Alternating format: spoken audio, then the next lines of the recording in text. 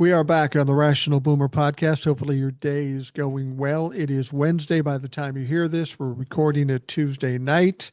And I look forward to this conversation because we talk about a lot of crazy shit. It's hard to keep track of all of it. We have Eric in today. And with Eric in, we can get some of the details and the specifics about what's going on and maybe learn some things. You know, you're working a job and you're trying to keep track of all this stuff. Is it even getting hard for you at this point because there's so many different fucking things, different tangents Donald Trump is going off on? Yeah, some days are definitely harder than others. I actually prefer when I end up having to work over the weekend because there's less going on the weekend. Right, right. So that frees me up a weekday, so I can actually pay attention a little more. And then I just hope that day's full of news, but it's Donald Trump, so there's always something going on. But it is hard because there is so much, like you can't keep track of it all, and then you lose some of the tidbits of it sometimes in the moment. Like yesterday, we were talking about it right before we started recording. There were three different press events in the Oval Office where he called him in to sign executive orders, and he called him back in and he talked about whatever. Then he called him back in a third time. In between doing everything I was trying to do, I missed it yesterday that they were separate events. I thought they were all part of the same big long press event. Right. Not a big thing, but trying to keep track of everything does make it kind of hard. Yeah, you were talking about the three press conferences, and it was your perception that you thought, maybe guys just forgetting about it and just doing another one because he'd forgotten about the last one. I would presume the people around him might remind him of that, but maybe not. They just kind of go with whatever he says because they're afraid he's going to get mad. So you think it's a memory thing that caused him to do three press conferences? It might be a memory thing. I think it's a combination of memory and he's just trying to manufacture wins to distract away from everything else. He's got Epstein, he's got the flailing economy, he's got the failed takeover of DC, which isn't going, like nothing he's doing is working. All of his court case losses, just everything is going opposite of what he wants.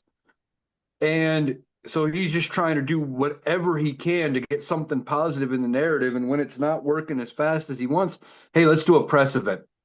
I think it's a combination of the two. Either he forgot or he's just trying to flood the zone with so much stuff going on that we get overwhelmed. Yeah, I think there's a lot to do with that.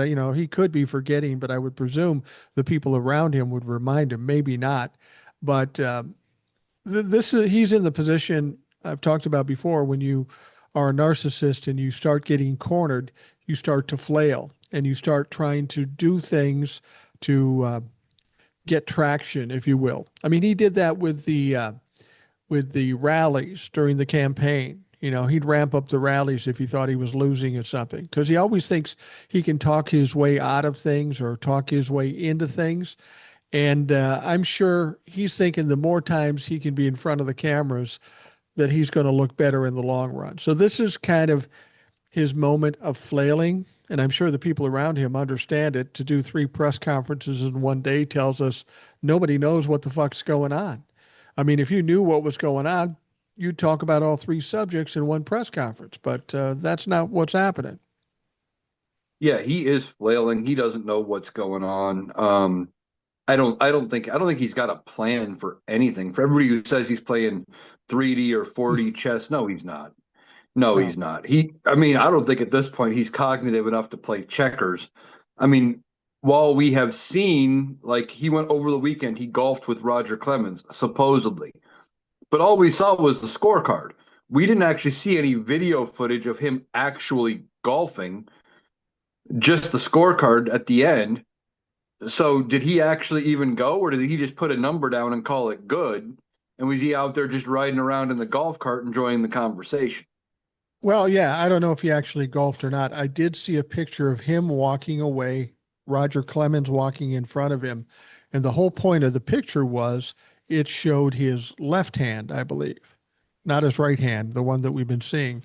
That left hand had some bruising on it too. So some people pointed that out as well. There was no makeup on it. The whole bruising on his hand is a little troubling. It could be blood thinner that he's taking. I know my grandfather, when he was taking blood thinner. He got a lot of bruises on his hands. But some other people are thinking that it may be something like an IV in his hands every day, which would be troubling. Certainly would not suggest what his fake doctor suggested, that he's the epitome of health. Donald Trump is not the epitome of health. Well, from some of the medical professionals I'm seeing on TikTok, and to be fair, they all say the same thing. They are only telling you what it looks like from the Right, same videos we're seeing. They have not examined him. So take it for what it's worth. But bruising like that, I've seen several health experts say it's indicative of somebody getting multiple IVs, and then they start theorizing what it could be. Well, we know he's got his ankle issue where there's swelling, and we've been told about this vein issue. So they're suggesting that it could be something like IV fluids. It could be a diuretic. It could be anything like that, trying to get the swelling down. right. And that could be signs that the bruising could be signs of multiple IVs. I know just watching my own parents when they have, especially my mom, when she has IVs, they have such a hard time getting an IV in her. They usually can't get it in the arm. They have to do the hands. And then she bruises, you know, even before the IV's out of her body, she's Right. got a bruise already forming. And she's not much younger than Donald Trump. So it's possible that this is all indicative of a bigger health concern. Now, they will never tell us, but you add the dementia concerns, the bruising, the ankles, all of it. It's indicative that he is not in the best of health. And at some point, he's not going to be around, whether it's not long after his term is over, whether it's before the end of his term, whatever. I just hope that the Democrats put the same pressure on Republicans if his health fails before the end of his term that they have tried to put on Democrats about Joe Biden, and start asking who knew what when. Was he really in that bad a shape before he even ran? Should he even been on the ticket, etc.? Well, it's been said and it's been proven out that every accusation they make is usually a confession. And if you remember, recently, Donald Trump wanted to investigate whether or not they were hiding anything with Joe Biden. So if what they suggest is true, that would suggest that maybe he's in a little bit of trouble in terms of being fit enough to be president of the United States. I don't think he's going to make it anywhere near 2028. Things don't really look good. I mean, he's got the hands, he's got the ankles. He's walking a little weirder, a little slower. We saw him walk down the red carpet in Alaska and he's weaving in and out like he's one of those dogs at the dog show, going in and out of the fucking cones. That's what he looked like. And if you ever look at his face, a shot of his face, this motherfucker's got pores the size of dimes. There's something off because his face does not look good. His hair looks a little thinner and more disheveled. There's a lot of little things that are going wrong there. And it's going to be interesting to see if he continues to deteriorate. The thing I find funny, though, is, or even troubling, is some days he seems very laid back or kind of low energy, And then other days he seems very vital. He's talking loud and he's talking fast and he's doing what he's doing. And that would suggest to me that he's getting some kind of pharmaceutical supplement to bring him up. And if he's getting that kind of thing, I don't know that it's speed or whatever it is, but whatever he's getting, that's going to take the toll on a 79-year-old body too. Oh, yeah, definitely. The other thing, just thinking about it as you were describing that popped in my head is, I've seen other health professionals on TikTok, and again, I know from experience with older people that have passed in my life, there's almost always a couple of days near the end. They have those days where they're perfectly clear, they're lucid, and they have way more energy, and everyone gets that little bit of hope that, oh, they're getting better. And then suddenly, then they take another turn for the worse.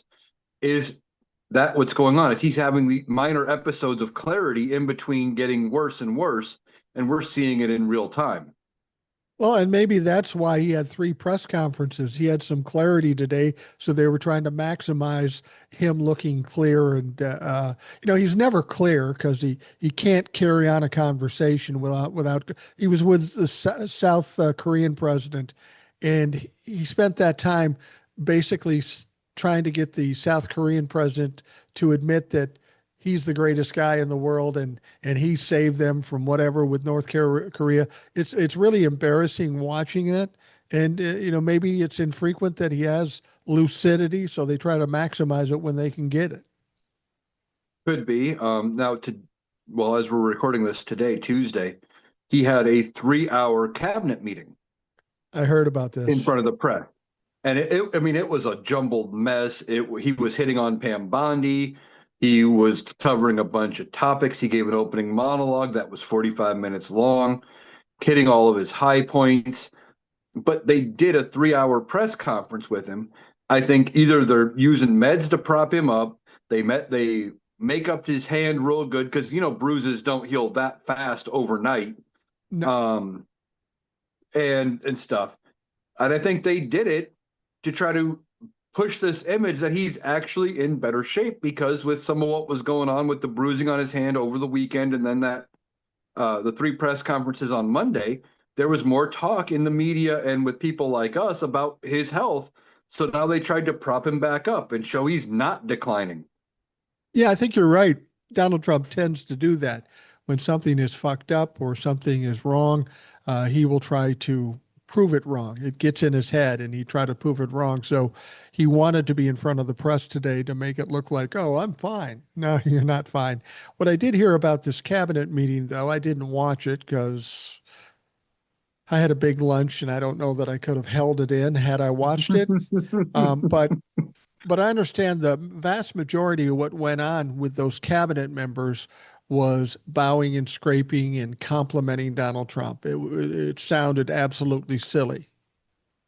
From the clips I've seen, that's exactly what happened between him openly hitting on or flirting with Pam Bondi, um, with him uh, going on this monologue. Yeah, they were talking about how great he was and all the Yeah. good things of Donald Trump. They were feeding his ego because he needs it, because he's not getting these wins in the media that he wants.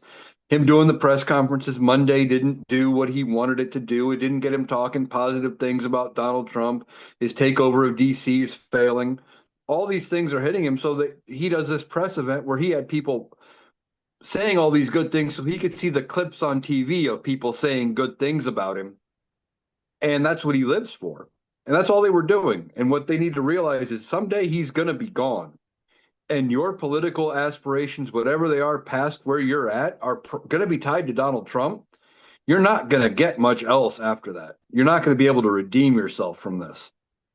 There's going to be all kinds of video clips that will show up in any elections or job interviews that you have in the future with you saying stupid shit or being complicit with Donald Trump. Somebody like Marco Rubio, he's a relatively young guy. I think his career is over when Donald Trump is no more.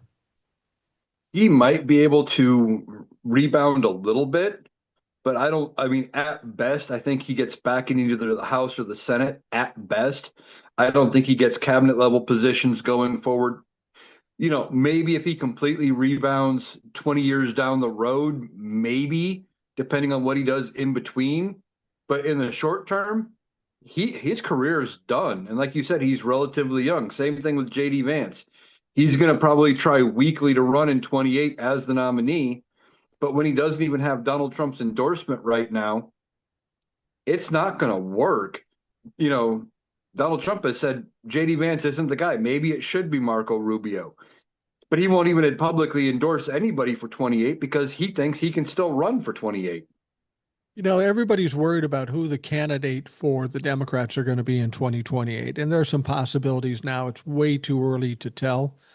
But if you look at all the candidates other than Donald Trump, there's nobody that even comes close to Donald Trump in terms of the power they might have or the authority that he projects to these dumb fucks.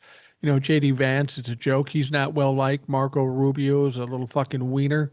Who in the Republican Party could run for president other than Donald Trump and accomplish anything? I don't see anybody there. I don't see any current people who can step forward.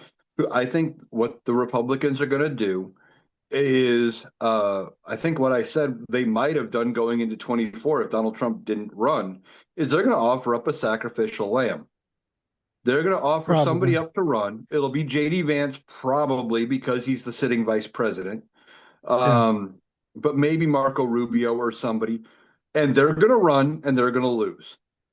And then they're going to try to spend the next 4 years trying to find that person who can run against the Democrats and who can get their name out there and brand like what Donald Trump did. But problem is, he's a once in a lifetime individual when it comes to branding himself. Right. That's not to say that he's exactly charismatic with the nation, etc. But he's always been good at spinning the Trump brand into something positive, even through all the bankruptcies, even through everything we know about him. He was mostly a joke up until The Apprentice, but he always kept himself in the narrative at least enough that people knew who he was. There's nobody in the Republican Party that can really do that, and they're going to be struggling to keep their base together. And if they lose that 30% MAGA base, they're not winning a presidential election in the short term. No, and let's be honest, if Donald Trump keels over and shits himself to death, which is distinctly possible, then JD Vance becomes the president, and he's guaranteed to be the nominee in 2028 if he's the sitting president. There would be no reason for them to put somebody else. And frankly, I hope JD Vance is the candidate in 2028 because he doesn't have a fucking prayer. It would be a horrible loss for him. He would, well, I don't want to say he's guaranteed to be the candidate. He would be the likely candidate. He could Not even a always see sitting the rise. president. Well, look at what happened with Gerald Ford. He, Yeah, he got from true. Nixon resigned. He became president. He took over, and when it came time to run, he said, "Fuck this shit. I'm not doing it again." And he Yeah. said, "I'm not running." He could very easily say, "I don't want to run," especially if his numbers are in the tank. He may just want to True. retire, take his lifetime pension, and get the hell out of there. Now he may be delusional enough to think that he can run and win, and he probably will. I don't think he's as self-aware maybe as Gerald Ford, but it's possible that he says, "I'm not running." And if he doesn't run, Republicans are screwed in 28. I mean, what are Well, they they're going to do? screwed either Run way. Eric Trump, Don Jr.? I mean, I I could hope see him so. trying it just to to piggyback on that Trump name, thinking that that would be enough to carry. Um, Other than that, I don't know who on the Republican side is a big enough powerhouse that's not a complete joke that could carry independent voters to win. I just don't see it. I talked to a lot of people and I've tried to explain this and you've tried to explain it. Maybe we should talk about it briefly. People are concerned that if Donald Trump does keel over and shit himself to death or some other reason he goes by the wayside, um, that JD Vance would become president, and that may be worse. I don't see it like that. I mean, I don't think the ideology that JD Vance is better than what Donald Trump has. I just don't see him having the balls and the power to pull off the things that Donald Trump does. No, JD Vance, while he ideologically might be worse than Donald Trump, his policies might be worse than Donald Trump. And he may be all around more evil than Donald Trump because he's definitely smarter than Donald Trump. But let's face it, so is a ham sandwich. Yeah, Um, yeah, the thing is, he doesn't have the hold over the Republican Party that Donald Trump does. He'll no, go to Congress and say, "Hey, Speaker Johnson, I want to get this passed. Get it done for me." Speaker Johnson's going to say, "No, why?" He doesn't yeah. have Who are whatever you? the leverage is Donald Trump has because he knows that that's where the leverage is. If Donald Trump comes out and says, "We're going to primary Speaker Mike Johnson, my voters in Louisiana need to go out and vote against him in the primary," they will.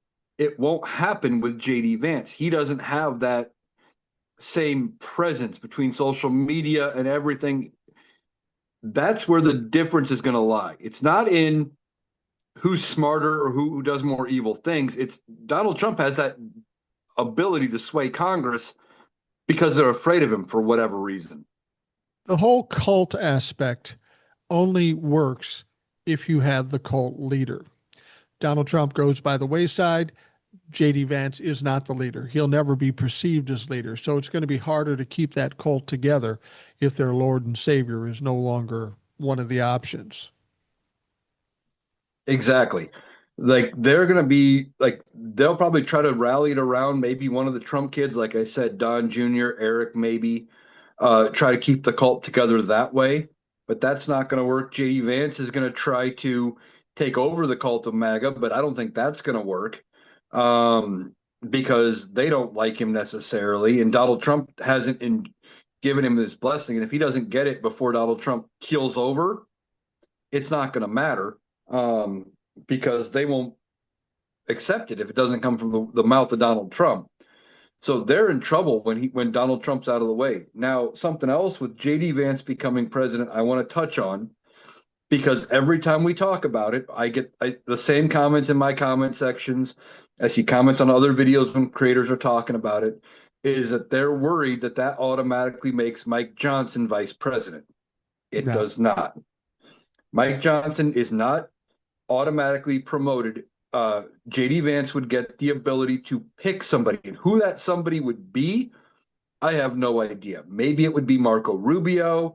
Um, he would have to pick somebody that would raise his stakes within MAGA and make him a viable candidate, probably for 28 in the general election as his running mate.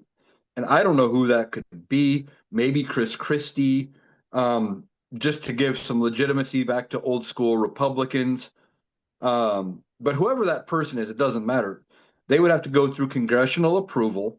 And if it happens after the midterms, Democrats are probably going to have the House, which means it's going to have to be a moderate. They're not going to get a MAGA in there, a far extremist. You're not going to see Marjorie Taylor Greene or a Mike Johnson or somebody like that, because it takes two-thirds of both chambers of Congress to approve whoever the pick is. That person becomes vice president. The only time Mike Johnson would be anywhere near the Oval Office is if something happened to Donald Trump, JD Vance becomes president, and before JD Vance's pick gets approved, something happened to JD Vance. Then Mike Johnson would be president, whether it's temporarily while Vance recovers, or permanently if it's something serious. But that's the only time, is if both spots are vacant at the same time. right. That's it. It's never happened, and it's not going to happen just if Donald Trump keels over. Yeah, something has to happen to both of them in order Yes. for the Speaker of the House to be president. I know I hear a lot of people talking about that, and I just don't think they get it. The likelihood of a speaker becoming president. I mean, there was one situation where Reagan was shot. Remember that? Yeah. You were young at the time, but he was shot, and there was kind of a miscue by the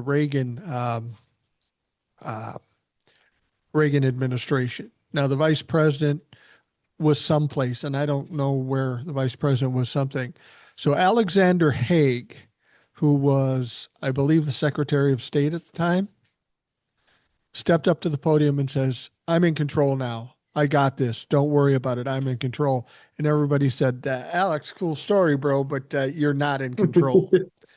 So you could Exactly. probably see somebody like that within the Trump administration doing that.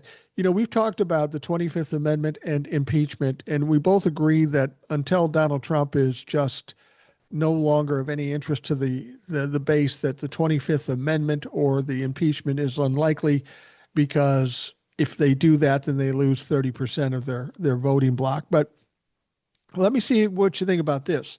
We talk about uh, we always talk about the pleasant thoughts. How about what if Donald Trump keels over and chokes on a Big Mac and shits himself to death? It's fun to talk about, and we've got high hopes with that. But what if something happens and he has a stroke and he's incapacitated? Then they essentially have to do the 25th Amendment. I think, to get JD Vance in charge. And what if they do that and they just don't ever give it back to him, even if he gets better?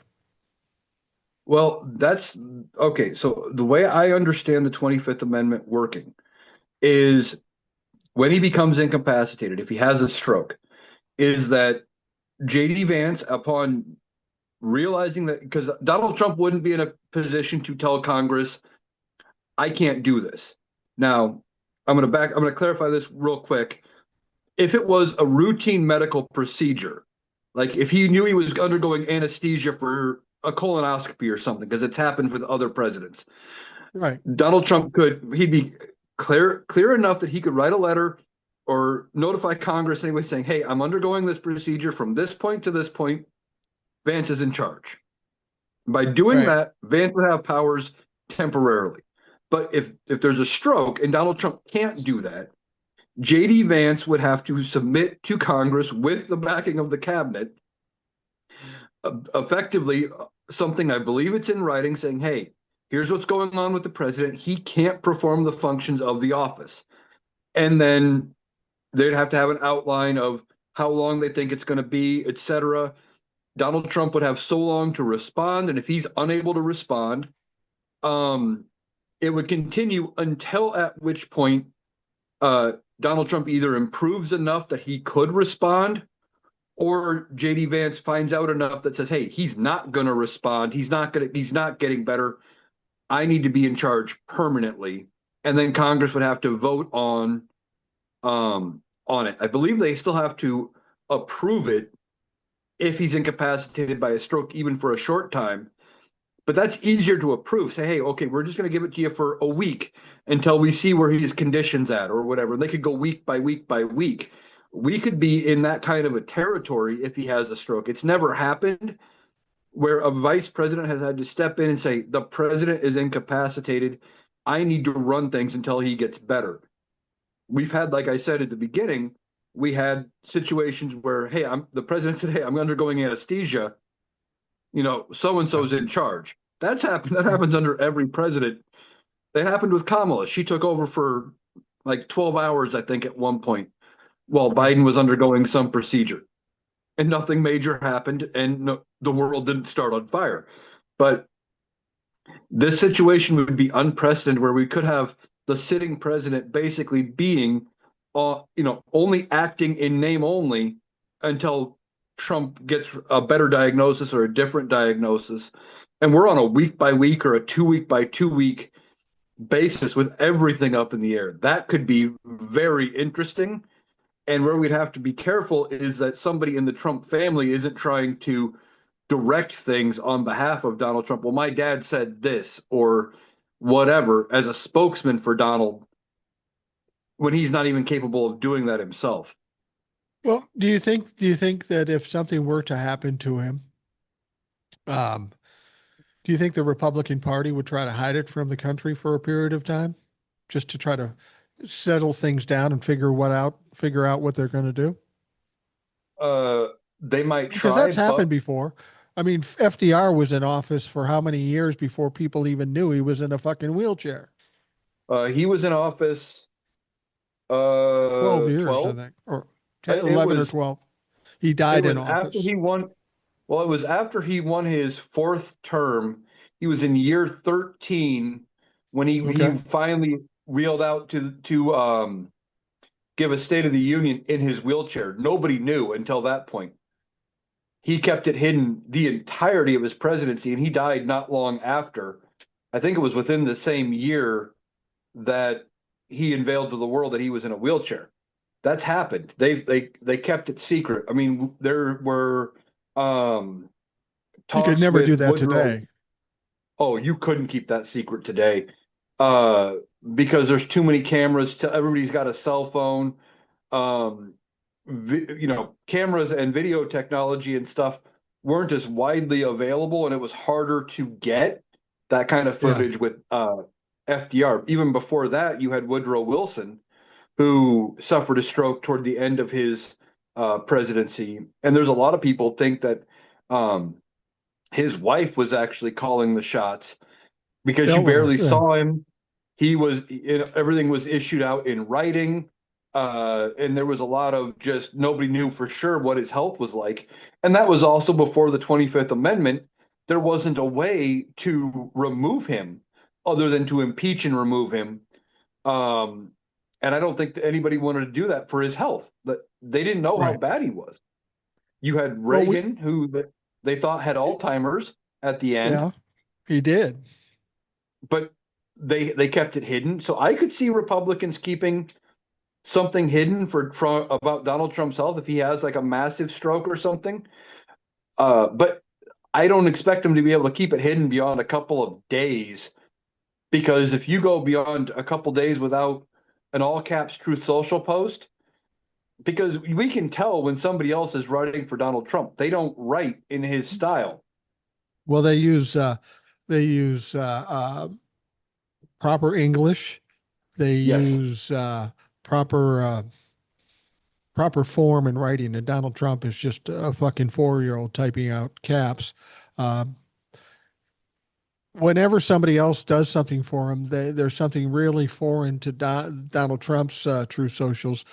There's punctuation, and Donald yes, Trump doesn't use fucking punctuation. right. Like I said, they couldn't keep it hidden beyond a 2, maybe 3 days at best, I think, before somebody would know something. And with the rate this administration leaks things to the press, beyond his Truth Social usage, I think somebody would leak something out that he's incapacitated. The questions would start.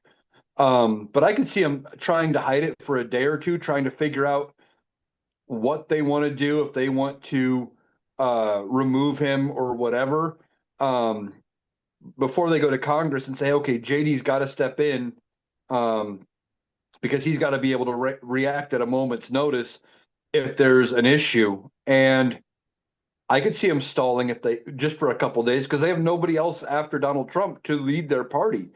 They're going to be in disarray if something major happens to him. But if he passes, I don't see them doing a weekend at Bernie's or anything, trying to say he hasn't passed and keeping him alive, or you know, they're not actually alive, but pretending he's alive Yeah. for weeks on end until they finally figured out if he passes, they're going to come out and say it happened. I think within the day and move up things along with JD Vance just to get that out of the way. Um, because as we talk about a lot, the cover up is always worse than whatever's actually going on.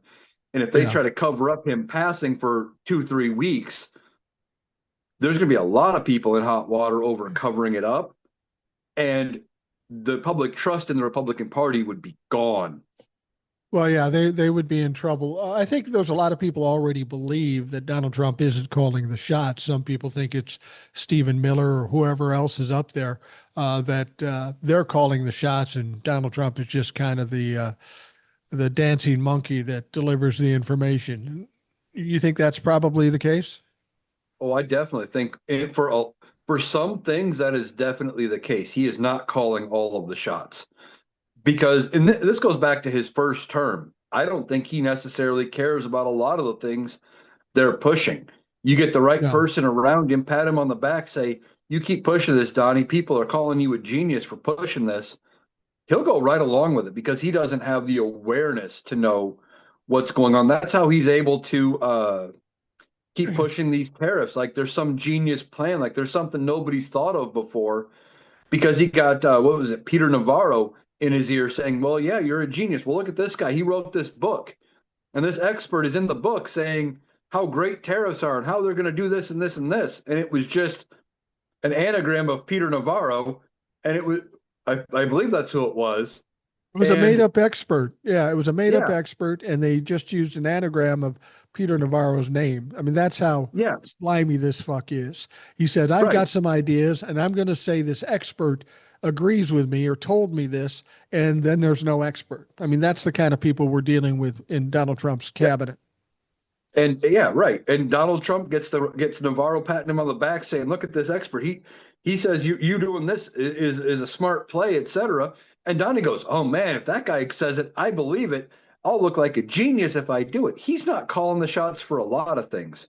Now, some of the hate and the appearing tough, that's trademark Donald Trump. You know, sending the troops into DC, sending them into LA, talking about going into Chicago. That's Donald Trump reacting, trying to appear like a tough guy because that's what he thinks will work. Yeah. But the big policy stuff, I believe a lot of it is them just manipulating him, and he's not actually in control by making the full decisions. At least they're not fully informed. Have you noticed when he's sitting down and talking to another world leader, whether it be Zelensky, the South Korean president, or even Vladimir Putin, people are disturbed by the fact that these people, these other leaders that talk to him, are complimentary or friendly to Donald Trump. And people think that they've been fooled by who Donald Trump is and they've fallen into the trap that all the Trump-a-fucks have fallen in. I think what people have to understand is these people are smart. They know the game. They know how to manipulate Donald Trump.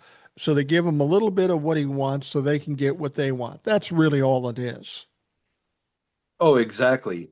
Have you seen one of the latest episodes of South Park I or have clips not, from it? but I hear about them. I see clips. Yeah. Okay, I haven't seen the actual the full episode, but it's one of the most recent episodes, and all of these people are coming in and they're giving him gifts. Well, I got this for you, and oh, you're so great, and you don't have a small penis. And then the next guy brings in a gift and says how great he is, and you don't have a small penis. All of this, right? And he's as soon as they say it, oh, thanks, guy, you're the greatest. Yeah, I'll do that for you. And of course, they're trolling Donald Trump because that's exactly how you get Donald Trump to do what you want. You pat him on the back, you say complimentary things, you treat him like he's the best in the world, and then he's on your side. These other world leaders are doing that.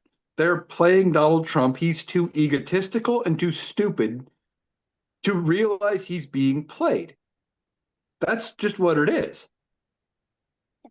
Talking to John Bolton one time recently after he got raided, and he said something. I'm not a big John Bolton fan. I think he's a piece of shit. I think he's a war hawk. I think he was once a Trump bumper, and as far as I'm concerned, he's never going to be redeemable. Uh, but somebody asked John Bolton, they said, "Do you think Donald Trump is a fascist?" John Bolton said, "I don't think he's smart enough to have an ideology." And I think that's perfect. I think that's true. I've said Yeah. before, I don't see Donald Trump as innately being evil because unless there's money in it for him, it really doesn't matter.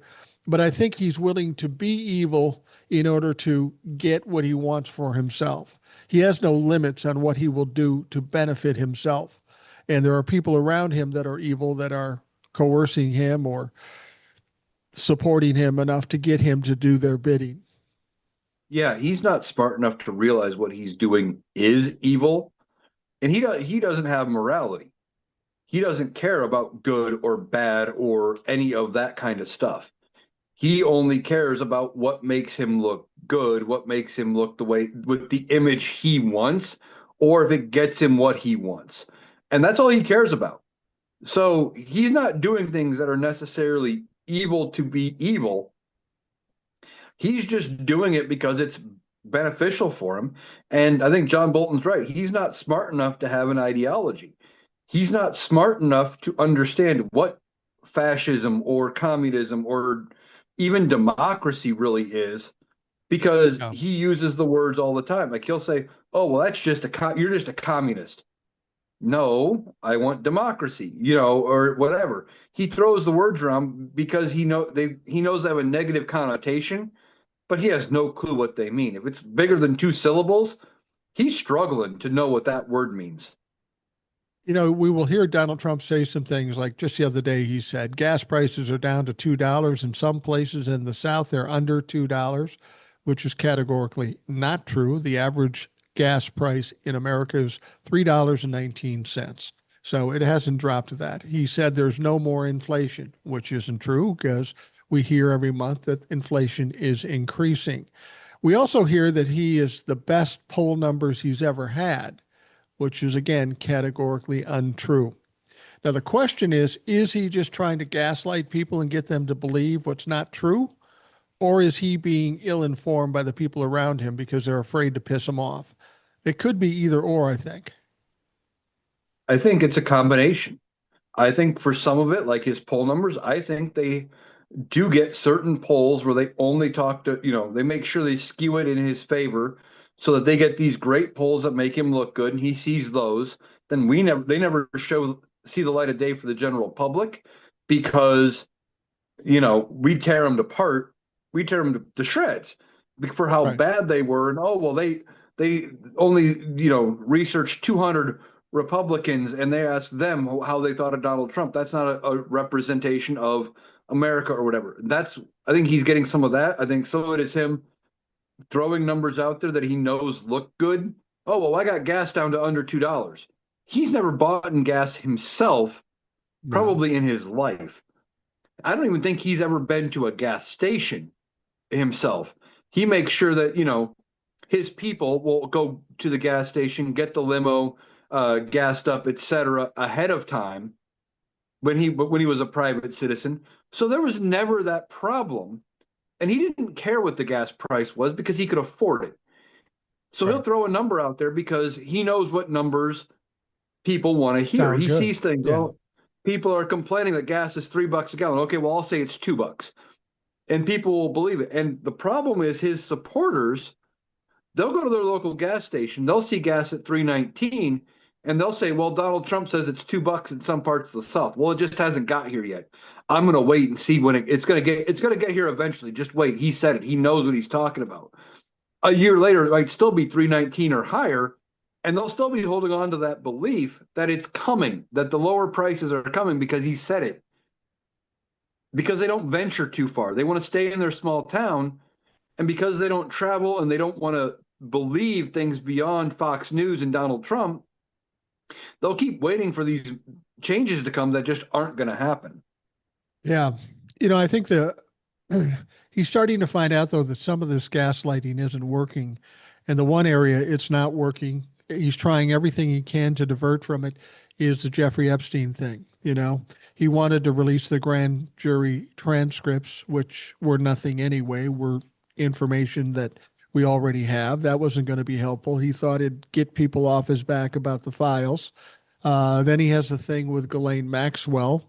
And of course, they cut a deal. So she gets an easier place to stay.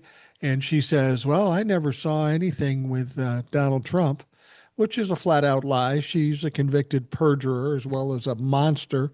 Uh, the Ghislaine Maxwell thing isn't working for him. And I think because of that, he probably isn't going to pardon her. There's nothing to benefit for him if she goes out. We've got the interview that's been released, and it's obviously just a ridiculous interview that Todd Blanche, deputy attorney general, he did a horrible job talking to this woman. But I don't know if you heard where Ghislaine Maxwell screwed up and where the Trump administration screwed up by releasing this part of the interview. Um, they were talking about Jeffrey Epstein, and she was trying to suggest he wasn't such a bad guy. And she said, well, there's a lot of people on Donald Trump's cabinet that hung around with Jeffrey Epstein. Would they have done that if he was a creep? Well, he was a creep and he was convicted as such, and he was going to spend a long time in jail. But you just told us there are people on Donald Trump's current cabinet that were in cahoots somehow with Jeffrey Epstein. I don't know if she did that to sneak one by them or they're all just stupid enough to do something like that. Well, bit of both. I think she probably snuck it in there to give her testimony a bit of, or her answers a bit of credibility when the press Right. tries to rip it apart. Because she knows ultimately these files are going to get released to the public. She's smart enough to see what's coming, I think. Um, Now, Donald Trump is trying everything he can to keep it from seeing the light of day, redact names, talks about how, well, innocent people might get hurt if they get released, etc., all that kind of stuff. And she sees it and she knows that they're going to release the files probably in their entirety or mostly in their entirety. And there are going to be names that are connected. Now, I can think of a couple that probably would be on that list. probably RFK Jr. Definitely. Well, we know he flew on And the plane because he said he did. right. And I'm thinking because of some of the allegations that came out about her husband, it wouldn't surprise me if somehow Linda McMahon isn't connected to it, if not herself, but through her husband, Yeah, absolutely. because he's Absolutely. been under some investigation for some creepy stuff. And now that I'm much older and I'm watching some of the storylines that I see clips going back for wrestling in the 90s, early 2000s, the stuff Vince McMahon himself wrote and approved. Like there was a storyline after his daughter got married and she got pregnant in real life. They were going to run a storyline before it came out publicly who the father was, that Vince Yeah. himself was the father. And Vince was pushing to make that the thing they ran with on their show. And his daughter was only like 20 at the time. Yeah. I mean, And his little daughter. creepy. It's his daughter. Like the more you hear about all of the things about that man makes you wonder. And now that Ghislaine Maxwell is saying that there are people in the cabinet that are connected, that was one of the things. I'm like, well, Linda's connected to Vince. Is Vince connected to the Epstein list? Maybe it's possible. And I'm sure there are other people on there that I'm not thinking of off the top of my head. It Yeah. it wouldn't surprise me at all. And yeah, she snuck one by there because of this cabinet and this administration is too incompetent to catch everything. Well, let's remember too. Vince McMahon is no longer with the WWE because of assaulting women and harassing women. So it wouldn't be too far a cry for him to be involved in that level. And a lot of the people that were involved or got into it, there's another aspect of it. There's money. I mean, we find out that Jeffrey Epstein had as much as $1.5 billion moving around at all times and no particular way to make money. He claimed to be a financial guy, but there's no evidence of any transactions or any kind of trading. So where does that money come from? And where there's money, there's fucking politicians over and above whatever salacious shit might be going on. Right. I mean, I think the money was probably coming from blackmail. That he Oh saw yeah. what was going on. He knew these people were involved, and he knew how bad, whether or not he was involved in doing all of it because he helped get the girls. He was involved. It was his island and all of it. So he approved of what they were doing to a point. Now, was it because he knew he could just blackmail them and get a bunch of money out of it, or was it because he actually agreed with what they were doing? Who knows? But I think he was blackmailing a bunch of people, and that's where all of his money came from. Or they were paying him to perpetuate this service he offered. It could be a That too. combination. Well, You that know, too. if I'm interested in going to this island and do those unscrupulous things, I'll pay him $5 million a year or $10 million a year just to have my little vacation getaway, as it were. I mean, somebody like Prince Andrew, we know he was in the thick of it, and his family is probably one of the wealthiest families in the world. It's all Right. about money. It's all about Oh money yeah. when it comes down to it. There's something else I think she mentioned too, um, and other people have talked about this too, about foreign intelligence. I mean, I think some people are afraid of this getting released over and above the sex crimes that are involved, but there may be something deeper to it. And that wouldn't be surprising if there's that much money involved, either with APAC or Israel or other countries around the world. There's rumors that there was some intelligence aspects of this whole little fucking group. What you mean? Like the foreign intelligence was actually putting it on to have leverage over No, like people? yeah, what's been suggested is that uh, Jeffrey Epstein, and again, this is just a rumor. I don't know if it's true, but it's conceivable that Jeffrey Epstein was in fact an operative for Israel. Oh, and that would give him leverage over politicians in a bunch of different countries. Uh, I mean, I don't know if it's hadn't true, but it's entirely heard that. conceivable. It's conceivable. I mean, it would be one hell of a way to get leverage over people. I mean, and whoever approved it in Israel, I mean, I think ultimately if that does come out, I think the public outcry against them for approving it is going to be huge. But we got to wait and see what all shakes out there. It's conceivable though. It's an interesting thought. Well, the other thing I've talked about too, and I'm just spitballing here. I don't know anything. I'm just looking at the possibilities. And when I heard somebody say that, I go, that makes some sense. Here's the other thing I've thought too. We know now from the rep up in Oregon who got all the financial issues that there was $1.5 billion um, moving around between four banks, all Jeffrey Epstein stuff. We know that Donald Trump and Jeffrey Epstein were best friends for a pretty fair amount of time. Do you honestly believe that if Donald Trump had a friend in Jeffrey Epstein and there was $1.5 billion floating around in this whole thing, can you honestly believe that Donald Trump wouldn't want to get a taste somehow get involved, get a piece of that, think he was entitled to a piece of that? And if he was involved in the financial aspect, that raises this whole thing to a new fucking level. I could see him trying to figure out a way to get money out of it. Like it wasn't until Epstein got the one, well, multiple underage employees from Mar-a-Lago that Donald Trump said, "Okay, you can go. You can't come to Mar-a-Lago anymore." Maybe he was involved in letting Epstein, recruit people from Mar-a-Lago as long as they didn't work for him or whatever. Who knows? But it wouldn't surprise me if he was trying to get a taste of that money. You see it all the time. Donald Trump is always trying to get some kind of a deal, some kind of an investment. Twitter kicks him off, so he creates True Social that's supposed to make him all this money, and we can't figure out how it's making any money at all.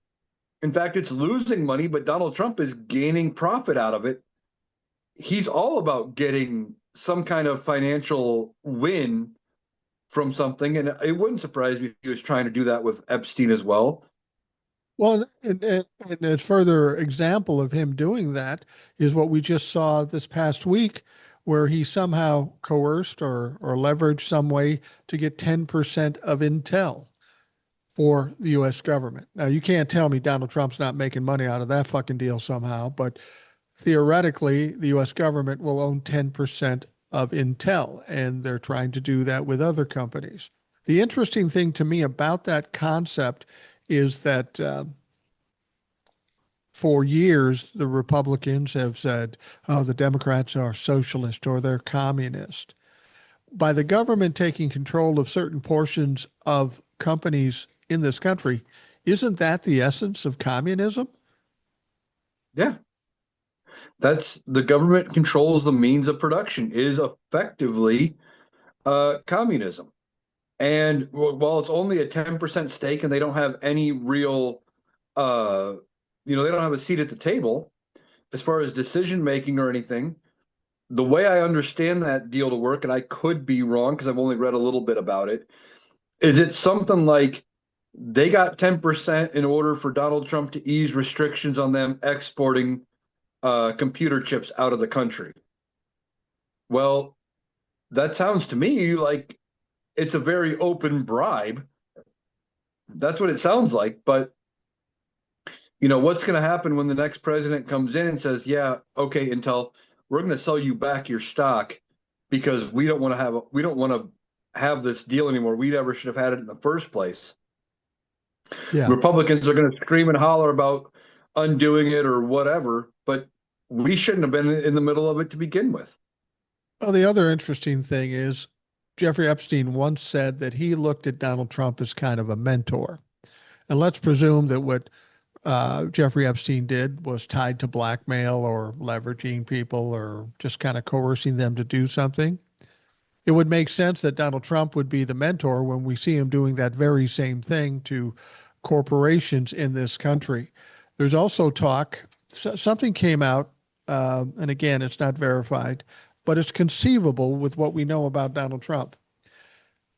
The concept is that the reason they did the tariffs is so Donald Trump could go into these countries and cut deals for his own companies or his friends' companies and stuff. It might sound crazy to you, but that's exactly what happened in Saudi Arabia. That's exactly what happened in various other countries. They go in and say, "We got a great deal for us." They're going to invest $600 million in this country, but it's not the government, it's a company that's doing it. And where's that $600 million going to? Is it going to the country? Because funny, I don't see the cash coming through. Or is it going to Donald Trump? This whole Well, thing I is don't. about a money grab, and it is about blackmail to a certain extent, or at least forcing some leverage to coerce these people. Well, I saw something about the one with the European Union where the final details of it are looking like that $600 billion investment that he claimed was coming isn't in the final draft at all anyway. So some of No, it is him just making shit up like he does because it sounds absolutely. good. And they're sitting there with him right next to him saying, "Oh yeah, we agree. Yeah, we're doing that big investment." And then it doesn't materialize, all while costing the American taxpayer more money on the import. Um, but I could see him trying to use these tariffs as a negotiating tool to get investments for his own properties, for his own companies, or his friends' companies, where there's a kickback from them. Like if whatever his friend has for a thing, well, you get me a sweet deal with Saudi Arabia, and I'll schedule more of my company retreats at, Bedminster or whatever, Right. for you. All under the table, hush hush stuff. It wouldn't surprise me, and that's what this administration does. He's all about benefiting the rich and benefiting himself. That's why, like, he wants to cut the interest rates down to like 1% because he's complaining it's too expensive for him and himself to borrow, or him and his friends to borrow money. Right. Well, Right. yeah, but that's not what the Fed is looking at. They're looking at 30-year long-term projections about what lowering it now will do to the economy 10, 15, 20, 30 years from now, and how bad things are going to get. And they're trying to avoid massive inflation spikes. You drop the interest rate, and it's going to uh, screw with that. And well, Donald Trump doesn't care. He only cares about what benefits himself and his friends.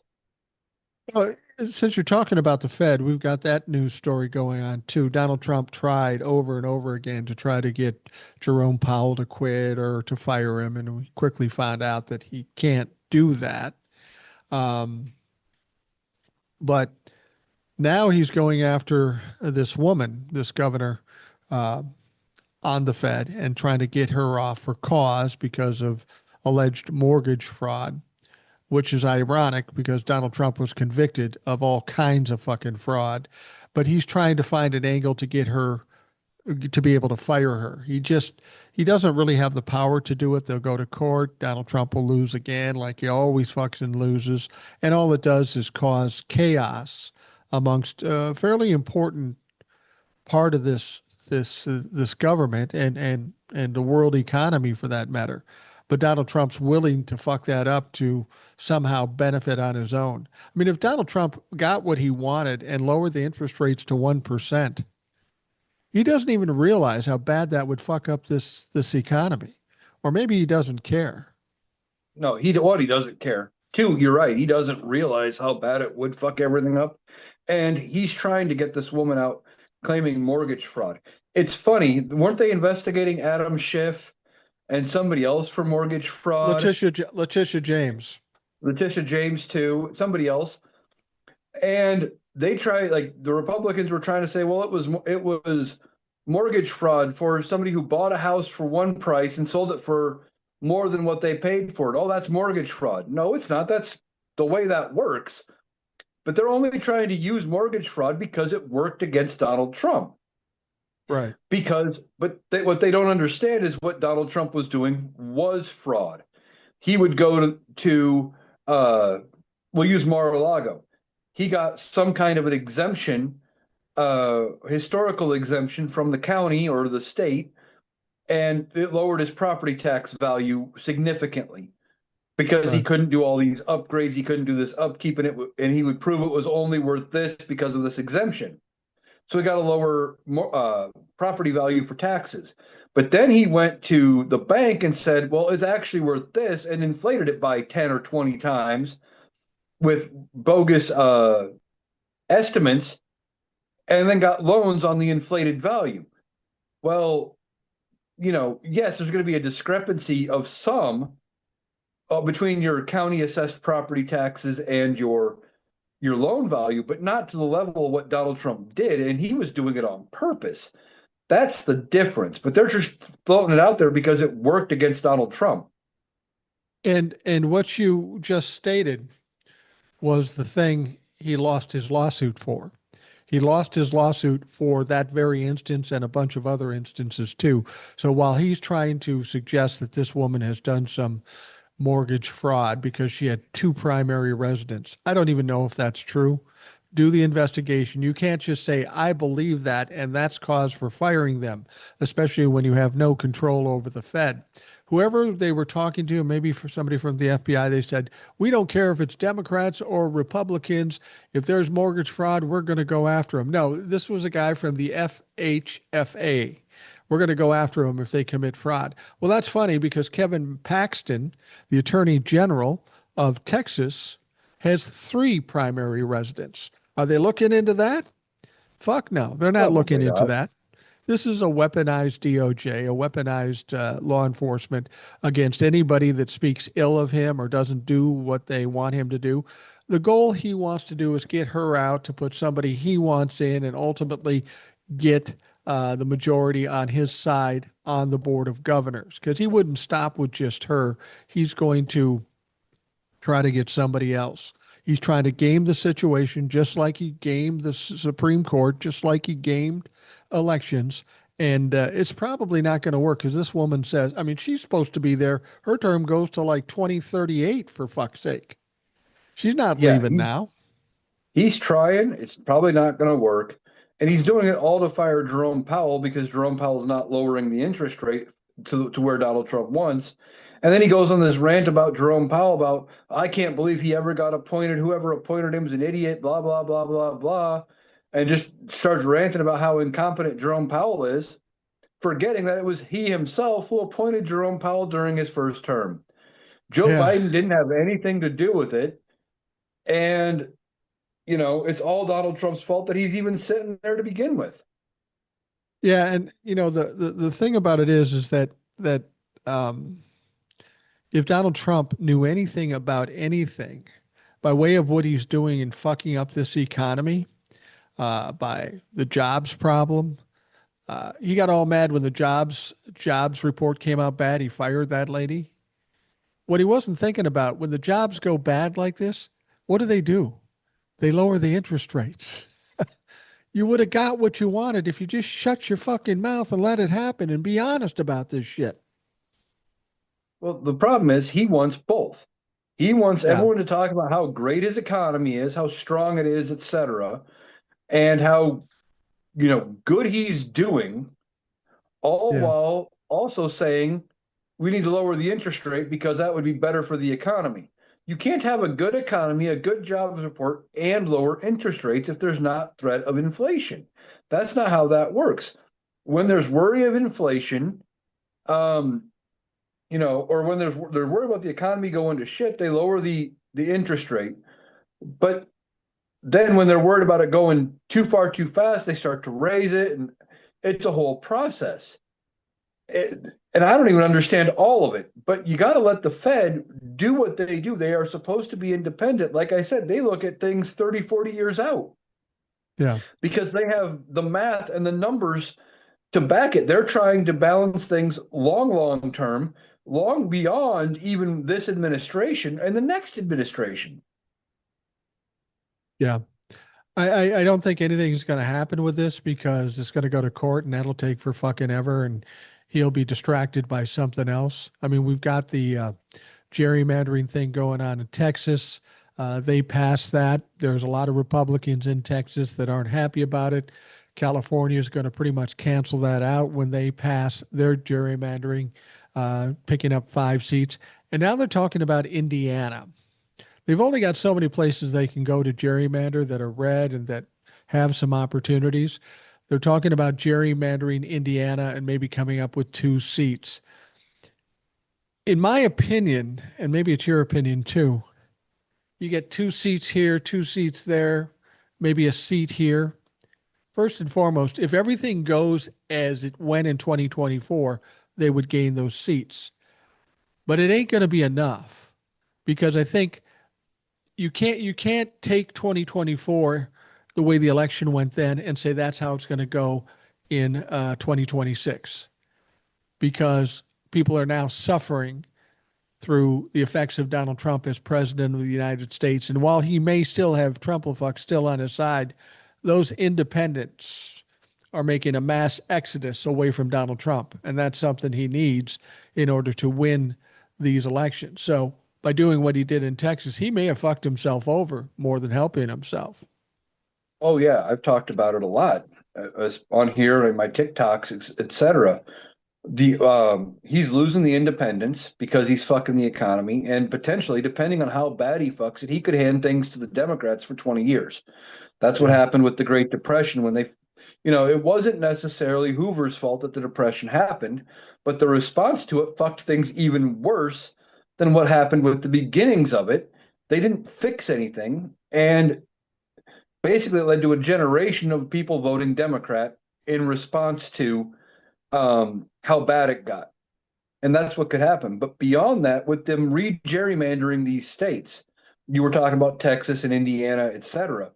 What they're doing is they're taking seats that were safe Republican, 60 to 65% plus Republican, and carving out some Democratic voters to run in that seat. So now it's only 50 to 55% or 57%, whatever, so that they can still win or theoretically win. But now the Democrat loses their seat by that same margin. They could lose both new districts because if Democrats are like, oh, wait a minute, they're only projected to win this by 54%. That's striking range. We show up to vote, and like you said, the independents aren't in favor of Republicans right now. If they're suffering, maybe they vote Democrat. You could still vote out people. They could Yeah. lose more seats than they would have lost if they left it alone. It's a gamble. Like we've talked about before, gerrymandering works unless there's a massive turnout. If there's a massive turnout, it's not a thing really. Right. Um, that's one of the things they do with gerrymandering is they want to try to make it so that you make it, like I said, where they dilute the Democratic population, but they're trying to do that to discourage Democrats from voting. Oh, well, they made it so my district is now Republican leaning, so maybe I shouldn't go vote. You counter that by turning up to vote. Look at 2020. We had record voter turnout. We flipped the Senate in an election we shouldn't have flipped the Senate in. We had the House, and Donald Trump lost the presidency.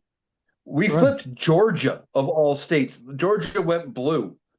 Yeah. That shouldn't have been. I don't think it had gone blue since Jimmy Carter. Maybe I'm wrong, No, I think you're but right. I'm pretty sure that that was the last time it went blue. And voter turnout favors the Democrats because overall more people lean Democrat than they do Republican, just because most people are not as conservative, especially with this hardcore right 1950s or before 1950s style of conservatism that they're pushing now. Yeah. Yeah, I mean, it's what I've said before, whether it be Donald Trump or the Republicans, they may have plans. Well, there's a quote from Mike Tyson. Everybody's got plans until they get punched in the fucking face. And that's kind of true. The Trump fucks and Donald Trump himself will always fuck up everything. They got big plans, but it always gets fucked up somehow, some way. Donald Trump's going to bring down the prices. He's got tariffs. He's got this. And of course, prices are going up. No matter what they do, they continue to fail. And Donald Trump is wiggling and trying to get his way out of or get his way into at least one success, and nothing is coming out for him.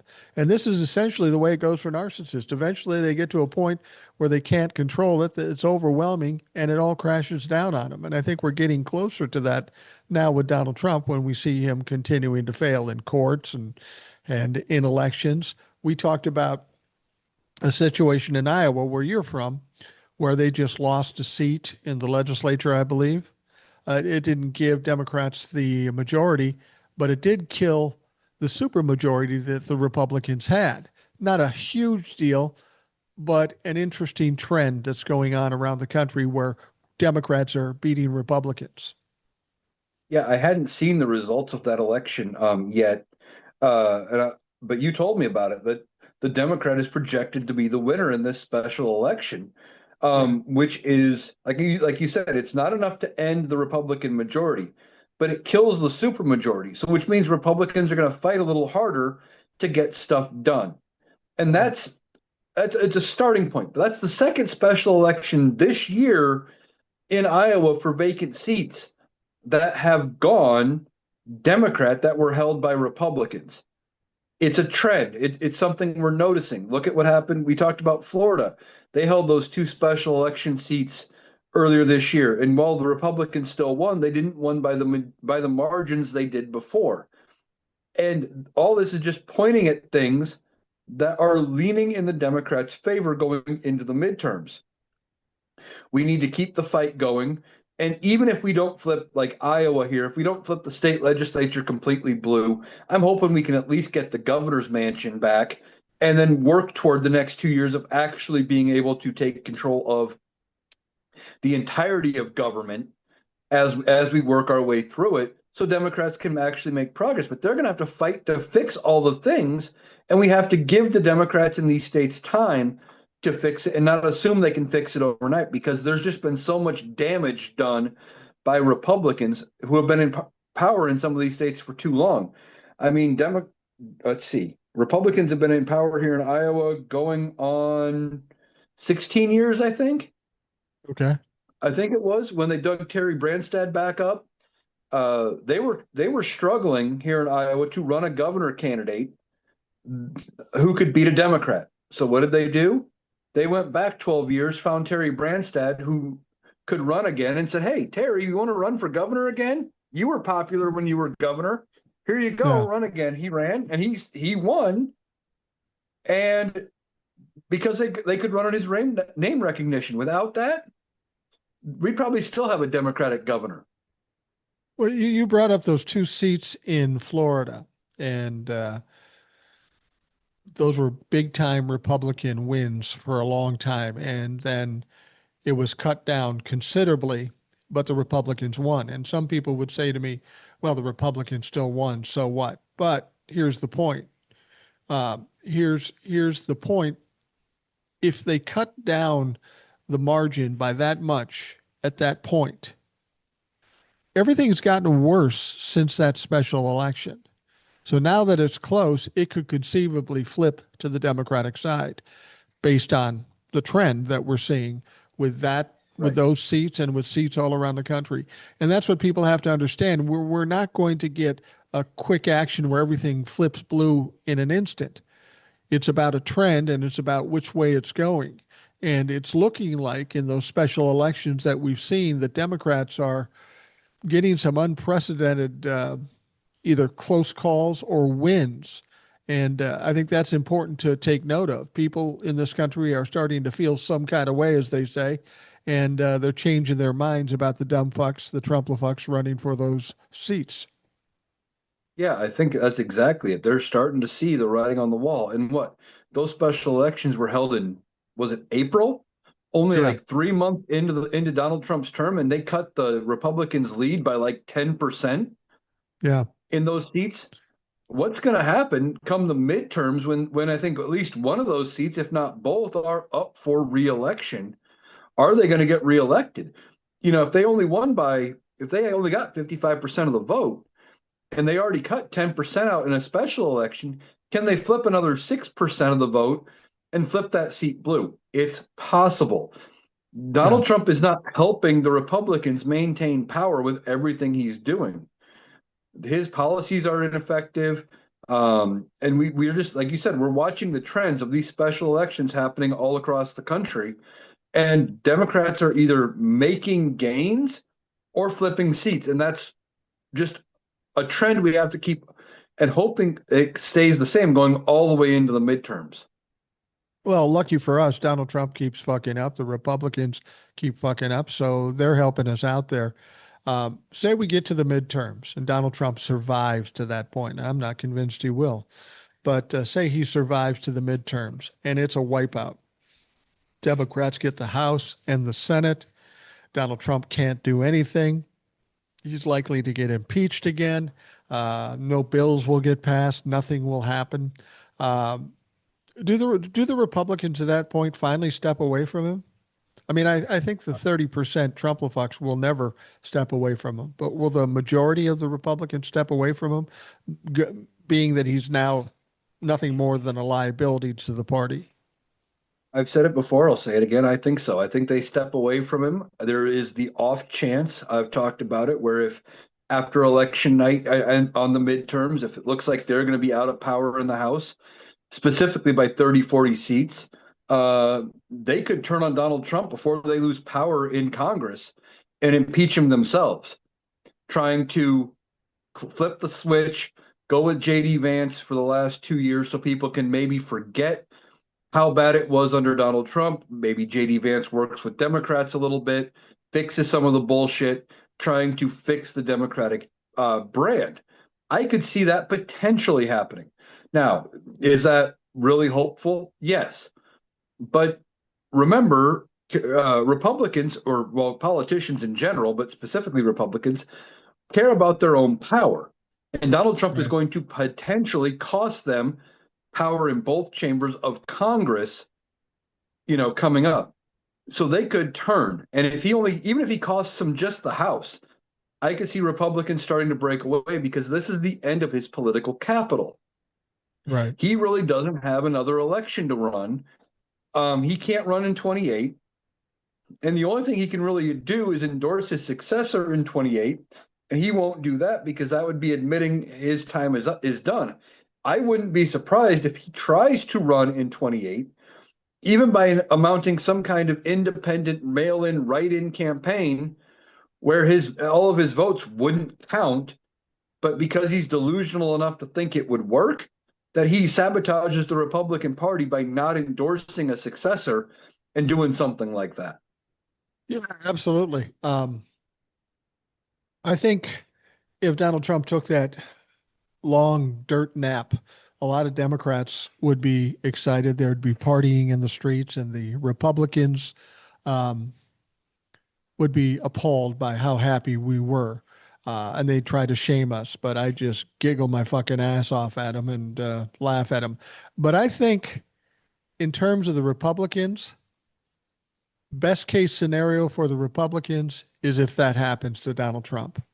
They get rid of him by natural causes or whatever, and then they can move on without losing, whatever support they have with the Trumplafucks. They can just all hug each other and weep and mourn the loss of their dear savior.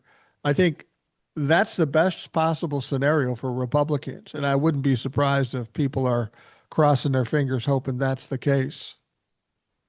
Yeah, I mean that probably is the best scenario for the Republican Party would be for him to go, and like you said, they can move on. They can put their support behind JD Vance, and they can try to move past what Donald Trump is.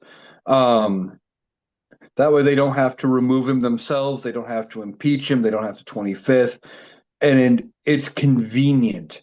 But there's going to be a segment of this country that when he goes, they're not going to believe it. They're going to be waiting 3 days to see if he rises again. There's going to be, uh, just like Elvis, there's going to be Elvis sightings. There's going to be Trump sightings all Yeah, no around the doubt. country. There's going to be somebody who said, who I saw a creator on TikTok saying it, and, you know, middle of nowhere Alabama at a Walmart. They're going to claim they saw Donald Trump and, you know, that I he's hadn't thought back and about he's that, going but to that save us. could be. There's going to be a section of this country that is going to do it. And maybe that's how the next Republican rises to prominence, is that they're speaking to Donald Trump from beyond, and he's giving them all sorts of tips and advice or whatever. Maybe they try to spin that. Now that won't work with normal people, but it would work with a segment of the Trumplefucks. That would be probably a good thing to get the Trumplefucks on your side. I'm running for office and I'm doing this, and the reason I'm doing this is because after Donald Trump passed, the spirit of Donald Trump entered my body, and he's using me as a tool to push on with America.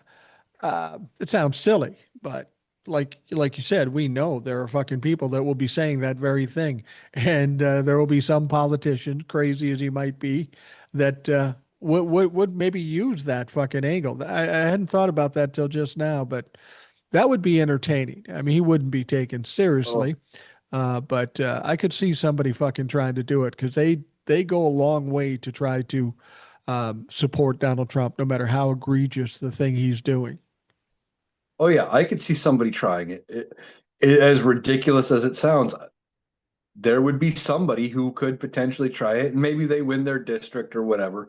It's dumb, but you were dealing with dumb people. Republicans like to they get mad at us on the left for saying that they're dumb and they're unintelligent, etc. But they are. They believe the dumbest of shit.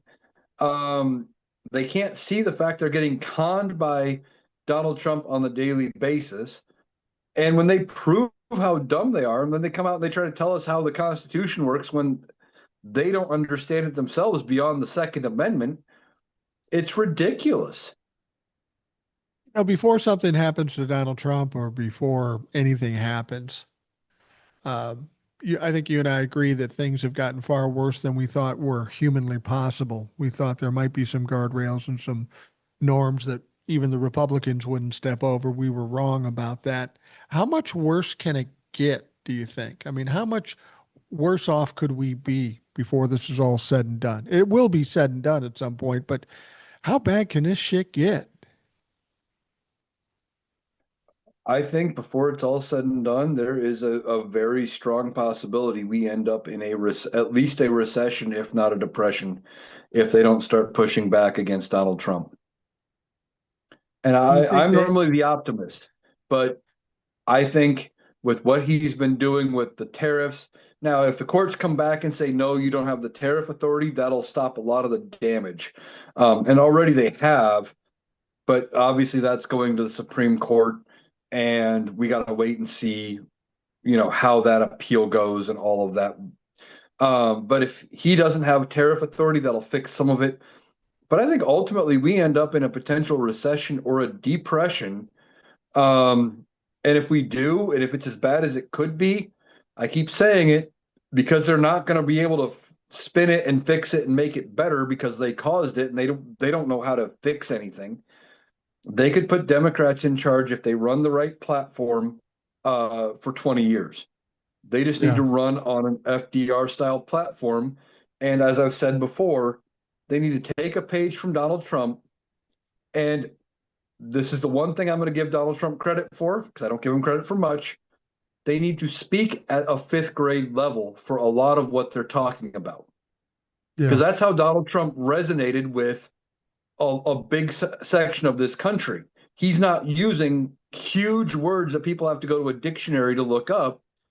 And while people on the left are, a lot of them are smart enough to understand, they don't, the people that you need to hit, and this isn't, I'm not necessarily knocking the independents, but the right wing voters that would support what Democrats are wanting to do, if you talk to them in simpler terms, they would support you for what you're trying to do. Yeah. It's like with Obamacare. What I've seen so many right wing people, when you tell them it's the Affordable Care Act, they love it. When you tell them it's Obamacare, they hate it.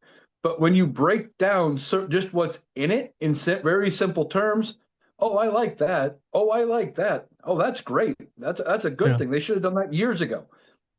if you talk to them at their level, you're going to get positive results. Democrats need to figure that out.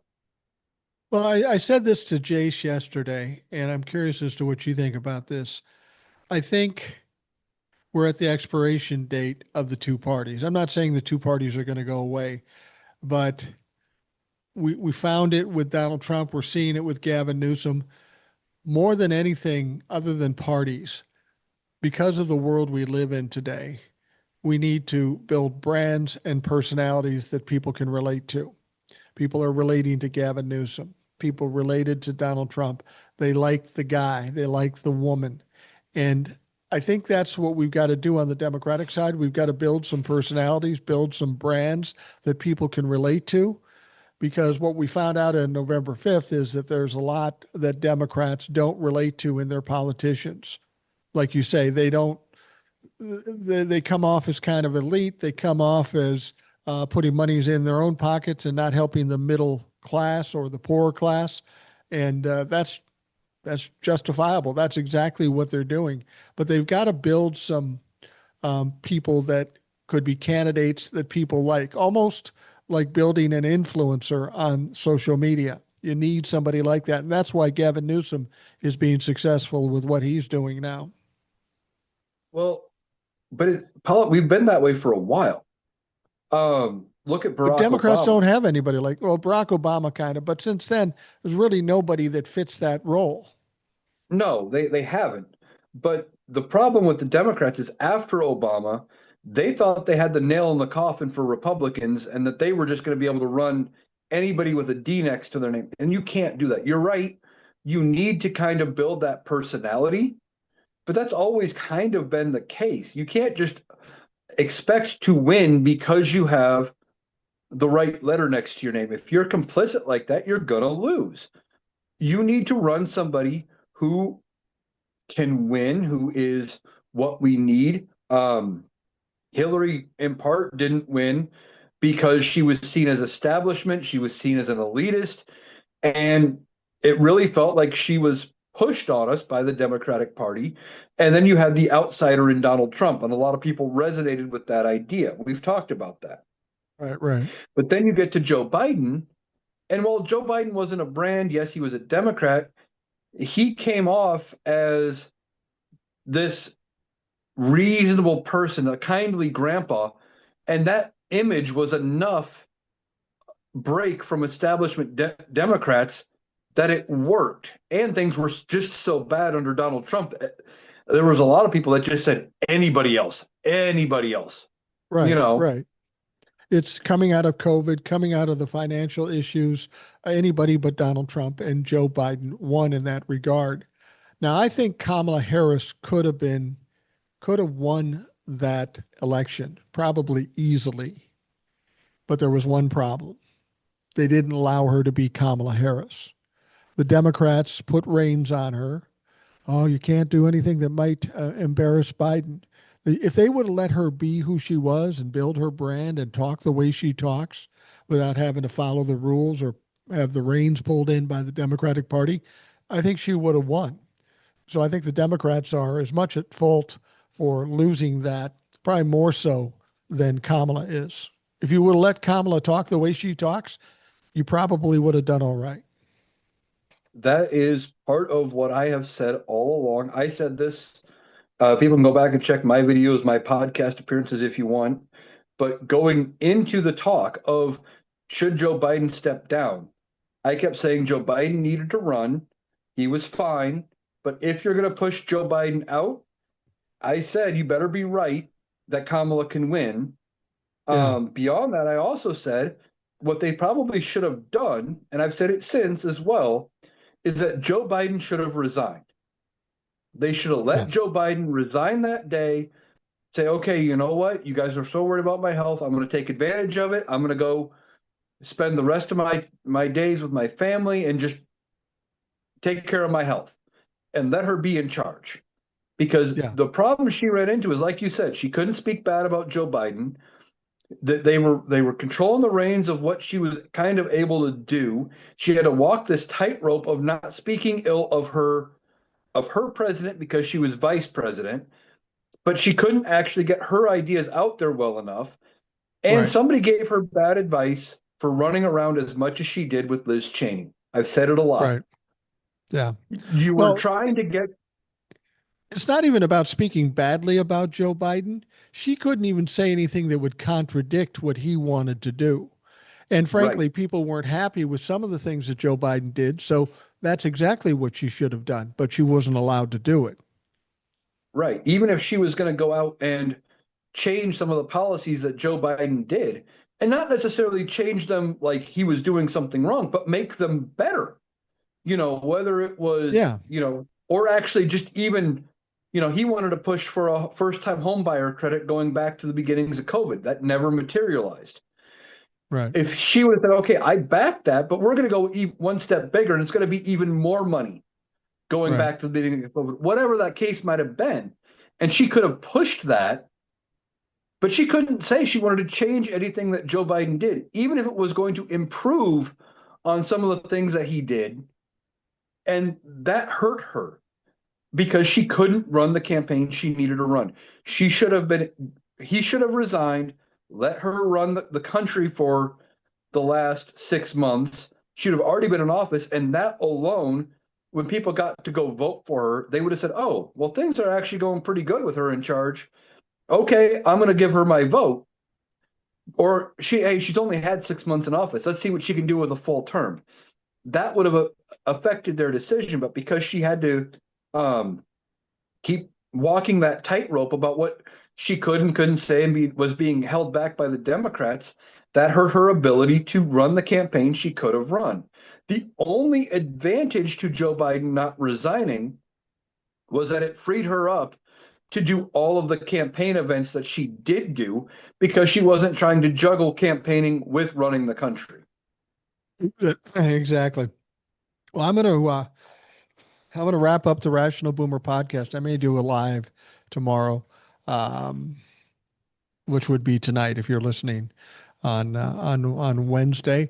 Let people know where they can find you if they haven't already, and if they haven't, I don't know what the fuck you're thinking, but tell them where they can find you, Eric. They need to listen to you as well. You can find me on TikTok and on YouTube at Analyticaliowan, all one word. I have the link if you're watching the video version. It is down underneath my name. I've got it spelled out. If you find me on either option, there is a link tree on both that will take you to the other one. Everything I do on TikTok is up on YouTube. There is some stuff over on YouTube that is not available on TikTok. My live recordings are over there. I've got a few I need to do more of, but I've got some what I call my government answers playlist, which is where I try to correct things that I see come up that are wrong with how people perceive the government or what they say. How, like we were talking earlier, but people's having the misconception of the Speaker of the House becoming vice president, that kind of thing. Just breaking it down slightly longer than a TikTok, but not actually like a full podcast or anything. So those are the two places you can find me. Still working on getting out other places as well. Absolutely. And by all means, check out Eric. And when I do a live, if you're available, Eric comes on and we can talk there as well. I got a little announcement. You know, I've always said when I do this that I'm a retired guy. My wife is retired too. She has a part time job. Well, the announcement is that I now have a part time job along with my wife. Not going to get paid for it, but it's a part time job nonetheless. And what it entails is my wife and I are going to a couple days a week go over and watch our new 3 month old grandson. Yeah, we're going to be watching the baby for a while. And I'm excited about it and not excited about it. I'm not used to having my time constricted, but it's my grandson, for God's sake. And I'm looking forward to it. They want to wait till he's about a year old before they put him in daycare, which I think is probably a good idea. And Grandma and Grandpa are going to hang out with him for a while. And I'm pretty excited because it's going to allow me to do something with him that I didn't do with my sons. My sons were born in the suburbs. They grew up in the suburbs. They're not very streetwise guys, you know? And I always thought, I grew up in the inner city. I'm a little more streetwise than they are, and I wished my kids would be a little more streetwise. So now that I have my 3-month-old grandson that we're going to start watching today as you're listening to this, I told my daughter-in-law, I said, "Do you know what's going to be great about this?